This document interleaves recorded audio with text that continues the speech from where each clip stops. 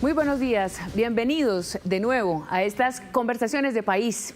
Y de país vamos a hablar con la señora vicepresidenta de la República, Francia Márquez, quien hace un año llegó al gobierno nacional apoyada por miles de personas que votaron por ella en un proceso electoral y que llegó luego a ser fórmula del presidente Gustavo Petro. Muchísimas gracias por estar aquí esta mañana en esta conversación de país. Buenos días, María Alejandra. Muchas gracias por invitarme a esta conversación de país. Saludo a todos los colombianos y colombianas. ¿Cómo no invitarla, señora vicepresidenta? Sí, tenemos muchos temas en este camino de gobierno que ustedes han emprendido. Y comencemos por ahí. De esos primeros momentos en los que 700.000 más o menos de personas votaron por usted en la consulta, usted llega a la presidencia en la fórmula. ¿Qué ha hecho Francia Márquez pensando en esos votantes? Bueno, hemos hecho mucho, ya un año, se pasó muy rápido este año, ya un año de gobierno. Inicialmente pues recibí unas funciones delegadas del presidente de la República, en la que se me asignó unas tareas de coordinación interinstitucional para la igualdad y la equidad en territorios específicos como el Pacífico colombiano. Entonces, he estado de frente con los acuerdos del paro cívico de Buenaventura y hemos logrado que alrededor de 700.000 millones de pesos los hayamos colocado hoy en inversión social para este territorio marginado y excluido. También pues hemos estado trabajando en la creación del Ministerio de la Igualdad y la Equidad. Esto nos ha tomado bastante esfuerzo, pero hoy pues estoy contenta. Empezamos en octubre cuando radicamos el proyecto al Congreso de la República, que fue aprobado el 12 de diciembre. Posteriormente la firma el presidente el 4 y tuvimos 6 meses que le dio el Congreso al presidente para hacer el proceso de reglamentación del sector de igualdad y equidad. Y en ese sector entonces está Bienestar Familiar, el INSI, y el INSOR, que son los institutos para personas ciegas y sordas que hacen parte digamos, del sector de igualdad y equidad. Y ahora estamos pues ya en el proceso de alistamiento, de contratación de las personas, definiendo los proyectos de inversión. Ya hemos formulado 9 proyectos de inversión para mujeres, para jóvenes y para territorios excluidos y marginados.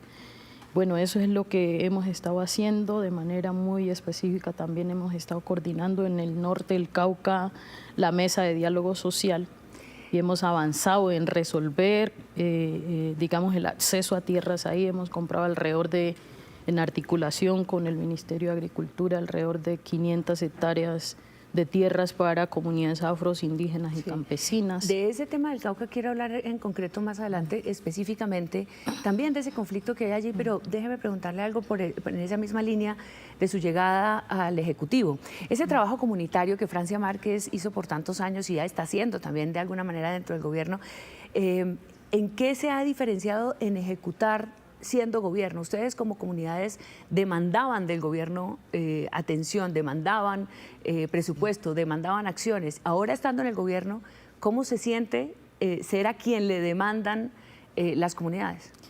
Bueno, yo creo que lo hago con el mayor orgullo y saber que tengo la potestad de garantizarle los derechos a una comunidad, a un territorio, a una persona. Eso me hace sentir digna del cargo que ahora ostento como vicepresidenta, acompañando al presidente en esta gran tarea del cambio y de la transformación. Así que pues nos hemos esforzado siempre por poner los presupuestos para la igualdad, para la equidad, que tengan enfoques diferenciales, que se atiendan a todas las poblaciones más marginadas.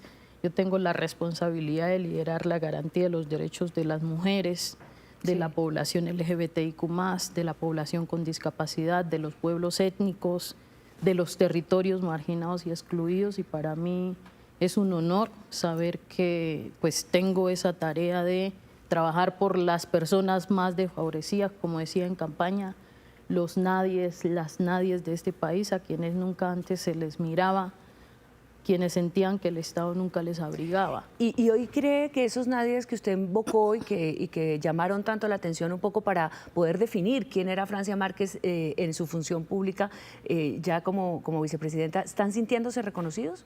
¿Están sintiendo que la política pública les está llegando? Sí, yo sí creo. Mire, nunca había habido una institucionalidad que se preocupara en articular la inversión social para estas poblaciones.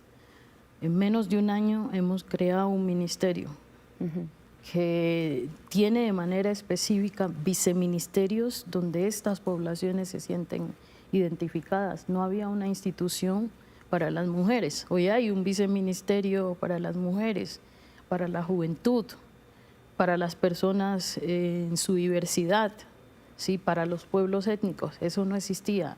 Y me lo dicen en las calles, me lo dicen en el territorio, nos vemos reflejados hoy en el gobierno nacional, nos vemos reflejados hoy en el Estado. Por supuesto, todavía hay desafíos, todavía no logramos avanzar en los cambios estructurales como queremos, pero estamos avanzando. Y sobre todo, las reformas que presentamos al Congreso, yo quiero reiterar el llamado a todos los senadores y representantes del Congreso de la República.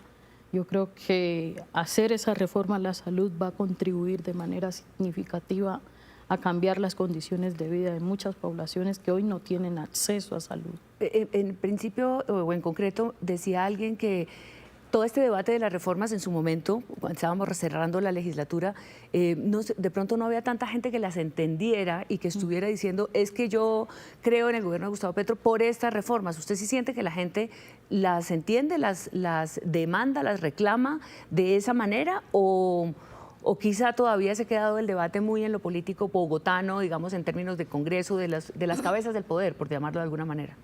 Bueno, por lo menos yo, viniendo del lugar de donde vengo, entiendo que la gente necesita un cambio en la salud, ¿sí? Usted no se imagina la cantidad de solicitudes que recibo a diario de personas, de familias, en territorios, incluso de centros de salud, diciendo necesitamos que nos ayuden porque no tenemos las condiciones para atender a la gente, o de personas diciendo necesitamos que nos ayuden, que nos autoricen un tratamiento, una cirugía, y eso es una necesidad que tal vez acá en la capital no se sienta, bueno, en los territorios marginados sí, pero en las zonas rurales de este país eso es una necesidad urgente. Señora vicepresidenta, desde su mirada de territorio y desde donde a usted le reclaman ejercicio del Estado en ese territorio, ¿qué tanto es efectivo el andamiaje, el diseño de este Estado que tenemos, del Poder Ejecutivo? Bueno, yo creo que como él lo ha dicho el presidente, efectivamente hay como una lentitud en términos de avances para la garantía concreta de los derechos. Hay mucha burocracia institucional que a veces ralentiza los procesos y eso a veces genera ansiedad. A mí me genera ansiedad porque yo quiero mostrar cambios rápidos. Sin embargo, pues reconozco que el Estado, que no hay una varita mágica que permite de un día a otro cambiarle las condiciones a una comunidad. Pero mire, yo he estado en los territorios, de hecho he sido muy criticada por eso. Mi papel ha sido llegar a esos territorios más vulnerables.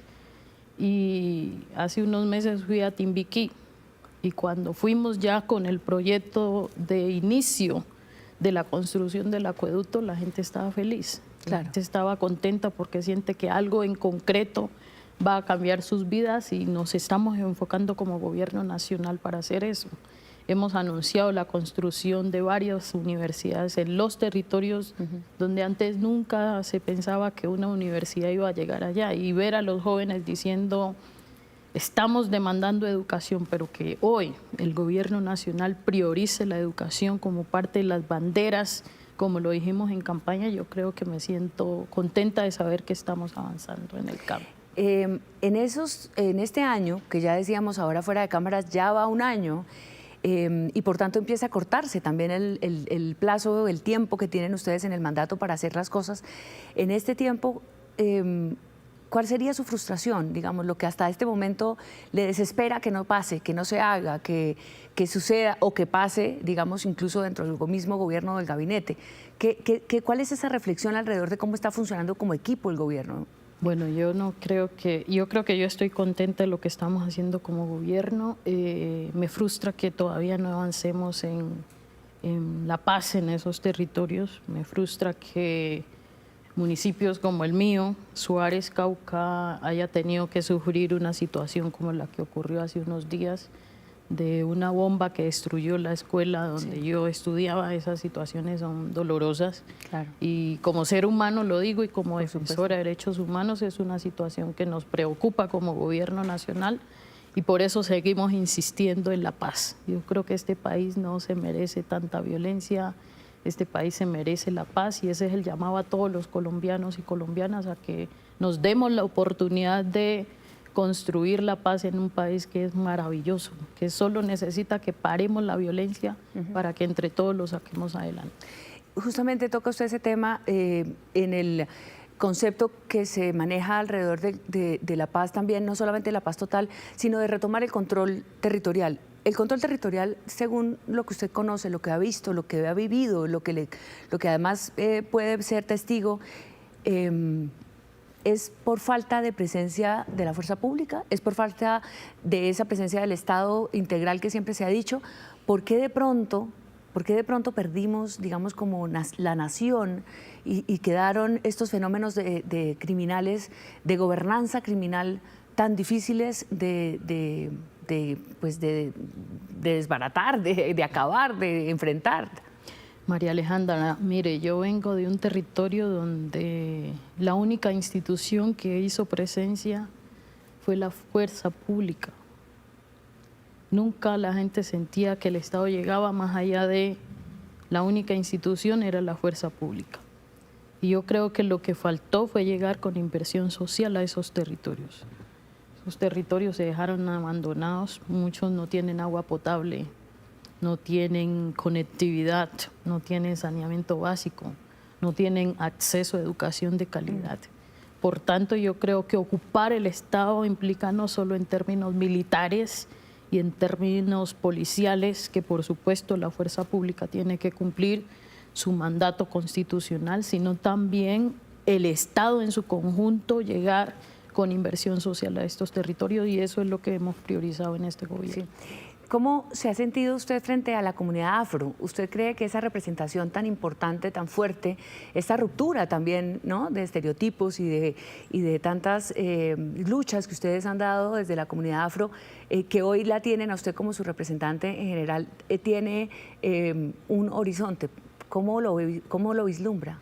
Bueno, yo creo que primero me lo expresan, la gente está contenta de saber que dimos este paso de manera colectiva. Por supuesto, 500 años de marginalidad, de una estructura, de un sistema colonial no se transforman de la noche a la mañana, esto toma tiempo.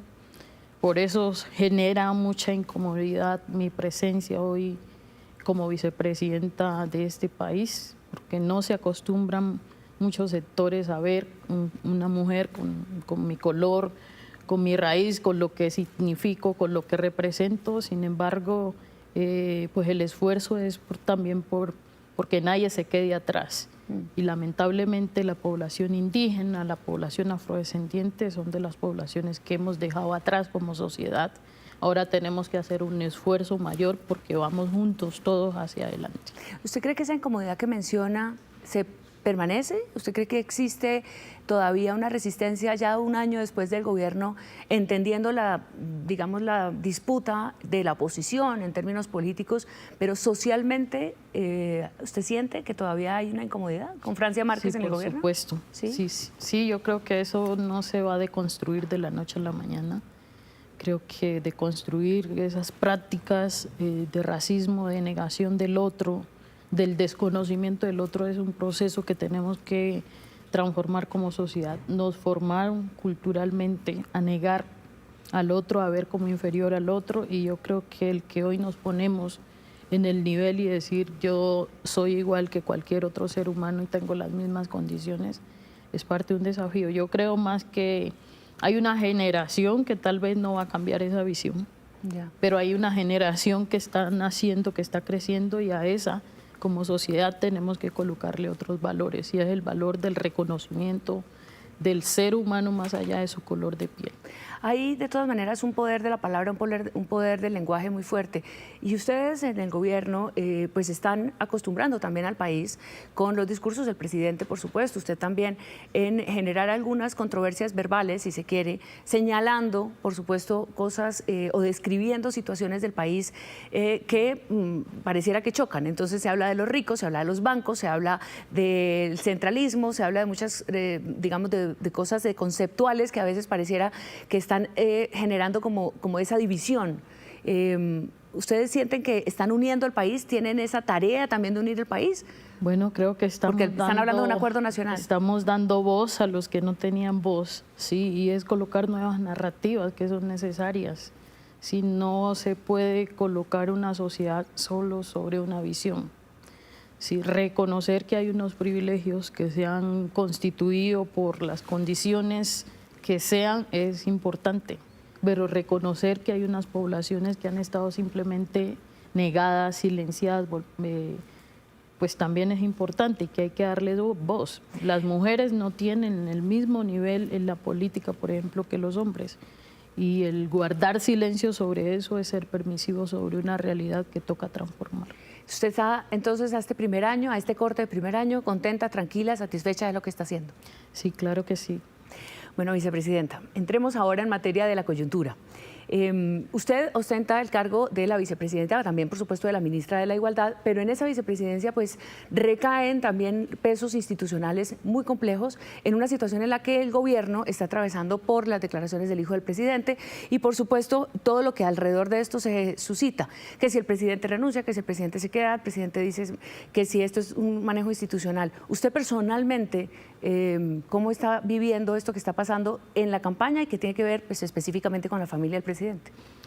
Bueno, lo primero que tengo que decir es que como mamá y papá que he sido para mis hijos, yo me coloco en los zapatos del presidente, de la mamá de Nicolás, de toda la familia, porque yo creo que es una situación muy, muy difícil. Yo no soy quien debe cuestionar si lo hizo bien o no, eso será materia del sistema de justicia.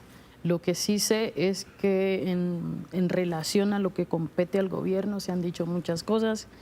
Por supuesto, desde antes que ganáramos ya había un intento de querer que no gobernáramos este país, pero yo creo en lo que hicimos. Sí, este fue un proceso que se hizo con toda la transparencia y con amor y con alegría. Yo nunca antes vi a la gente en la calle haciendo campaña de manera voluntaria como ahora.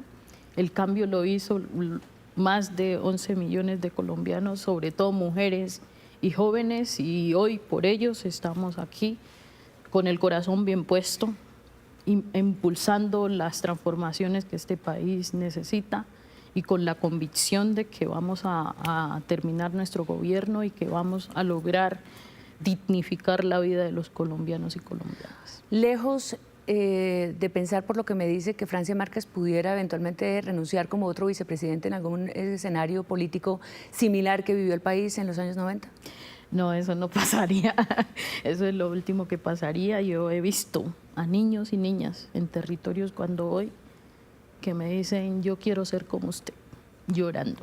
Así que yo no voy a defraudar a mi país, yo no voy a defraudar a los niños y niñas que creen en esto que estamos haciendo, a los millones de colombianos por los que le apostaron al cambio y por los que hoy estamos trabajando por este país. Pero, vicepresidenta, si esto se agrava, y perdóneme que lo lleve a ese escenario hipotético, pero si este escenario político se agrava, si se llegan a comprobar que los dineros entraron a la campaña, si el presidente de la República enfrenta un juicio político en el Congreso, usted mantendrá, pues obviamente, la posibilidad de que usted es la figura que sostendría también la fórmula, pero muchos dicen si la fórmula se cae, eventualmente, ¿qué haría Francia Márquez? Muchas preguntas se han hecho estos días sobre eso. ¿Qué haría Francia Márquez si al presidente Petro se le complica esta situación? Mire, al presidente le pueden hacer los juicios que se consideren necesarios. La justicia está para hacer lo que tiene que hacer y no nos oponemos a una investigación. Creo que